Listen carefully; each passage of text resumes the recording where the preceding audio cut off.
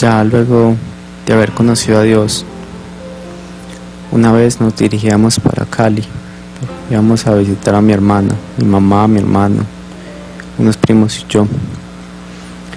Y en ese trayecto, mientras íbamos para Cali, se me vino como una premonición. Algo como, supe que nos íbamos a accidentar, se me vino con una visión maluquísima. Y en esa visión que tuve nos íbamos como hacia un abismo y nos matábamos. De repente volví en sí y supe que eso todavía no había pasado, pero estaba muy preocupado y yo empecé. Lo primero que le hice fue abrocharle el cinturón a mi hermano, el cinturón de seguridad, porque como estaba haciendo tanto calor, él se lo había quitado para quitarse la camisa. Entonces, de momento, lo primero que hice fue abrocharle el cinturón y estaba muy preocupado y pensé dentro de mí: Señor, protégenos, ayúdanos. No quiero decir nada porque sentía que era algo mío también, pero entonces le pedí a Dios que me perdonara, que nos ayudara, que tuviera misericordia, que si algo iba a pasar a alguien ahí, que fuera a mí, porque yo era el que más oportunidad había tenido de estar cerca de Él. En ese momento, mientras estaba pensando esto, vi que el carro se fue alejando del carril. Había puro aceite ahí en la carretera. De un momento a otro miré hacia el frente y vi un camión, las luces de ese camión. De un momento a otro vi el vidrio reventándose y sin darme cuenta ya estaba fuera del carro. Ya empecé a mirar alrededor y vi que el hombre de ese camión no se podía bajar y no quería bajarse, estaba muy preocupado. Su pierna se había quebrado debido a que el impacto lo recibió en el pie, porque él al frenar, ahí fue donde se recibió el impacto. Empecé a ver que unos policías de carretera fueron llegando hacia el lugar, pero yo decía, pero a mí no me pasó nada. Yo sabía que nos habíamos chocado, pero yo me sentía bien, me sentía liviano, como si flotara. Veía las cosas tan nítidas. Vi el carro y como si tuviera visión de rayos X pude ver a través del carro, y ahí vi a mi mamá inconsciente, vi a mi hermano inconsciente, mis primos estaban inconscientes, y ahí me vi en mí mismo, pero yo no había quedado en cuenta que ese era yo. Cuando estaba mirando eso perplejo, de un momento a otro empecé a mirar hacia abajo de mis pies, una oscuridad impresionante, y en medio de esa oscuridad una sombra que se burlaba y se reía de mí.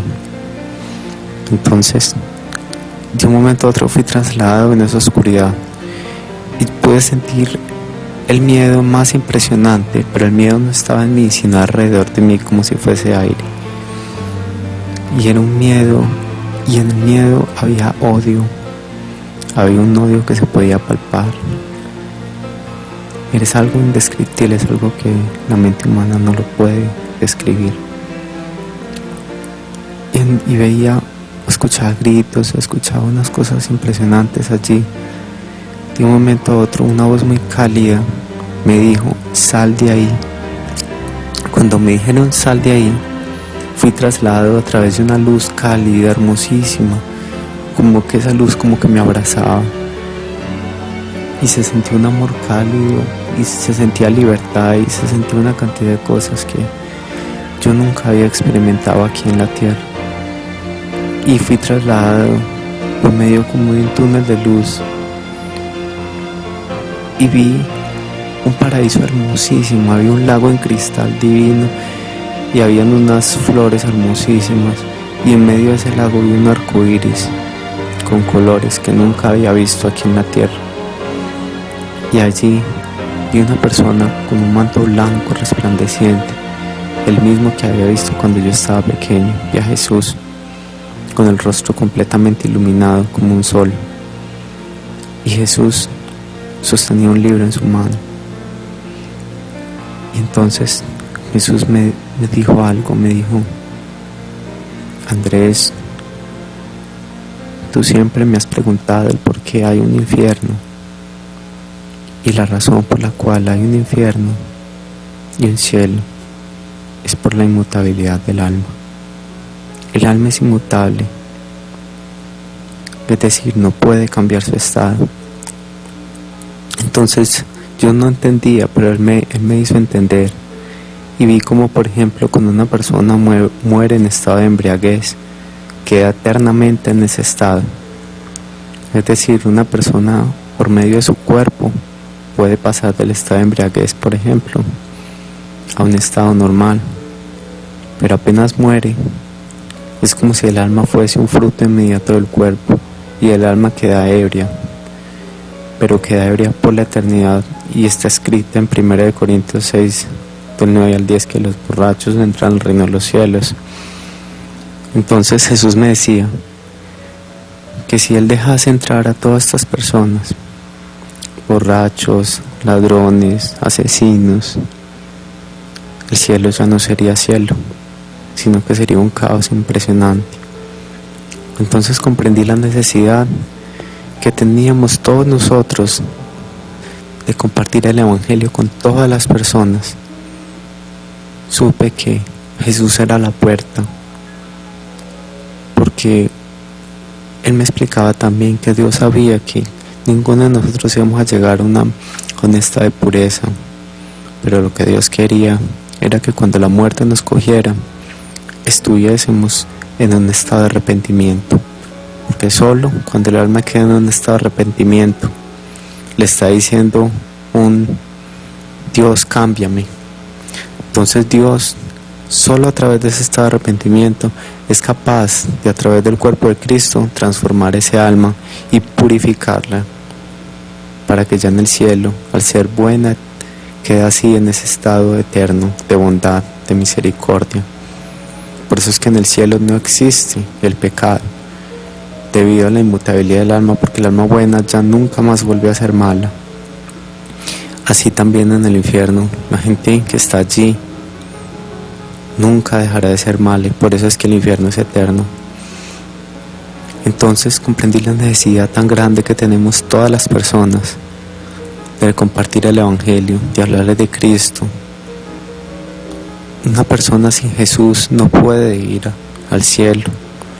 Si nosotros no le compartimos a un caníbal, ese caníbal no podrá ir al cielo. ¿Por qué? Porque si llega al cielo va a querer seguir comiendo gente. O sea, nosotros no podemos pretender que Dios deje entrar personas al cielo, que lo único que van a generar allá es un caos impresionante. Y la única forma que podamos alcanzar ese estado de pureza, ese estado de santidad, porque solo los santos entrarán al cielo, es a través de Cristo. Ningún otro da esa santidad, no importa qué tan buena haya sido la persona. Igual en sus pensamientos habrá siempre maldad, habrá siempre algo en él que no sea aprobado para ir al cielo. Por eso es que necesitamos tanto de Jesús. Y así el demonio, porque es un enemigo que tenemos, y lo vi porque era esa sombra en medio de esa oscuridad. Así él quiera pisotear el nombre de Jesús y decir que él pecó y decir que él hizo tantas cosas, esa es una mentira. Él tan solo desea apartarnos de Jesús porque sabe que si se queda con nuestras almas le causará un gran dolor al Señor. Él al único que quiere herir es a Dios, y él sabe que destruyendo la creación, lo más preciado, que es la humanidad, hará sufrir muchísimo al Señor. No supe en qué momento volví en sí, pero cuando volví en sí el dolor de cabeza era insoportable. Yo les decía a todos los médicos que había visto a Satanás, que había visto a Asmodeo, y la gente simplemente me decía que había sido debido al golpe, pero era una realidad tan impresionante que no se puede describir. O sea, comparar eso que yo viví con esta realidad es como si esto fuese un sueño comparado con lo otro. Entonces desde ese instante me percaté de la realidad espiritual.